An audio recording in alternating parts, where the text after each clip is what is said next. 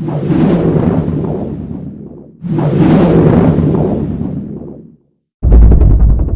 Google, and then from Google I went to Other Ocean, where my friends Mike, Micah, and Kevin Wilson, who helped me make the Atari 2600 game, right, where they work, and they let me tour their office, and we had lunch and did an interview with Ars Technica, and then from there I went to Double Fine, which is like my favorite game company, and got to hang out with Tim Schafer, and had him sit in my DeLorean. So I've just been nerding out like all day. It's awesome. And where are you finding time to breathe, God? I'm not.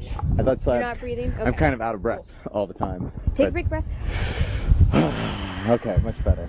Nice clean air. See, that's like the best part of being in this city, is being able to actually breathe. Yeah, it's beautiful. And this is I've been through here very briefly before. It was my first time hanging out. Definitely my first time driving around in a DeLorean in San Francisco. So it's a good thing to have. You automatically have like a certain amount of goodwill. Superman or Batman? Batman. Because Batman, you could really be Batman. Superman, he's not even American. No. I'm just kidding. No, I'm telling George Perez. No, I love Superman. He's gonna be pissed for the American way, but he's, that's the thing about Superman. He's actually like, it's a classic immigrant story. Superman has to come to Earth and learn to fit in by becoming a hero. Batman just darker and cooler, and I'm kind of worried about the Batman movies. I've been loving. Like, I'm so excited about the third one, but the Superman movie that Zack Snyder's doing, I don't know, not so sure. What do you? I'm excited. It could be awesome. I'm happy with casting. Yeah. So I'm really curious to see. I love Henry Cavill. I thought he was great in Immortals, and I'm really curious to see what he does with the curl. Yeah, no, it could be awesome. I'm expecting Ready Player One to be as big of a hit as it's become. Oh my God, no! I never expected it to. I wasn't even sure I could get it published. I felt like I spent years and years working on it, kind of between writing screenplays, and whenever I would sometimes I would just stop and get frustrated and wonder aloud to myself, am I ever going to even publish this book? Is this just glorified fan fiction? I'm kind of mashing up all of pop culture into one story, and I wasn't even sure if you could do that. So, and I thought, they tell you when you write your first novel to write the, write where you know, and write the book that you've always wanted to read. So I was just trying to please myself, and I thought maybe me and like a few other, geeks scattered around the country might dig it, and it might find a small cult following. But I never imagined, that it would sell in a bidding war, or that Warner Brothers would buy the movie rights, or that it would be a New York Times bestseller. How is my book about Duran Duran and Pac-Man and Atari, a New York Times bestseller? It makes no sense. And since then, I've found out that people who have never played video games ever still like it. They still dig it because they've absorbed enough of video game culture just by being around it to follow the story. And it works like a straightforward adventure story. And also teenagers, won an Alex Award, which is, for adult books that young adults also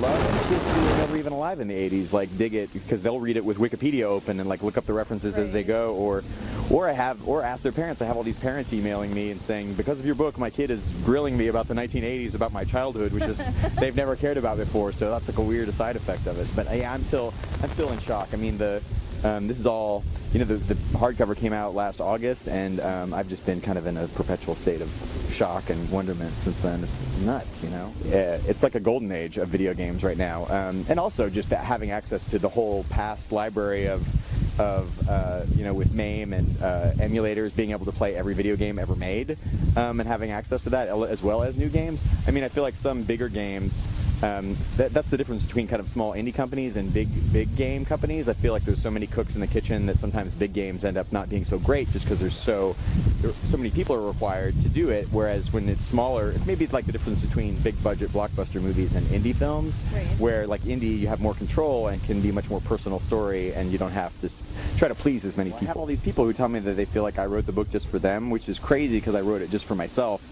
And it's so weird that because I've always thought that I have kind of weird sensibilities and the stuff that I dig, like who else is into this, but I've since discovered that like a lot of people are into it, people, and something about like growing up in the 70s and the 80s and even the early 90s is that by that time, regardless of where you lived in the country, we were all regardless of where you lived, we all had the same movies and the same stores in our shopping mall, and we're watching the same cartoons and playing the same video games. So so we had like this monoculture. Regardless of where you lived, you still have all this stuff in common with everybody all around the country. So it's the craziest thing that's ever happened to me, and not anything I ever expected. So I can't wait to see it put to film, because so many of the things that you describe in it, I want to see in front of me, because I mean I can see it while I'm reading it, but it's always different to see it adapted to screen. Yeah. Well, the book is I'm kind of mixed about that, because the whole time I was writing the book, I assumed it could never be a movie. That's why I wrote it as a book. I'm like, well, this could never be a movie. I'll have Mechagodzilla fighting Ultraman, and yeah, they could never do that. But then, as soon as I sold the book to Random House, the next day they sold the film rights to Warner Brothers. So, and with me attached to write the screenplay, so I had to be the one to figure out how to turn my unfilmable book into a movie, which was like the hardest writing job of my life, especially since I was doing it before the book even came out. And it's not like I was J.K. Rowling. I couldn't point to like this huge fan base. I kind of had to, try to make the changes as much as they could while maintaining, the things in the story that I want. But it's still in development, and until a director gets hired, I feel like it's, it's not real. It's not going to be real, and it's not really, they seem very invested in making it happen, but they can only make one or two of these big budget $200 million movies a year. When all the Sixers come in, and I'm like, oh, yeah, I want to see this. This is going to be awesome. Yeah, I would love to see it too. I can't wait. I just, I try to maintain my enthusiasm. I had like kind of a weird experience with my movie Fanboys, where it got delayed like 3 years. It took 8 years to get made, and then 3 more years to come out after we finished it, and that's kind of made me jaded about Hollywood. So I just try to assume that it's going to take forever, and then if it happens, quickly, then it'll be a pleasant surprise. I tell people that as long as it takes less time than John Carter of Mars, that I will be happy. Or even Ender's Game, which is like a huge book that influenced me, and that I've always wanted to see made into a movie, and that came out in the 80s, and they just finished filming it now, 25 years later. So so I try to keep my fingers crossed, remain optimistic, and we'll see what happens with the movie.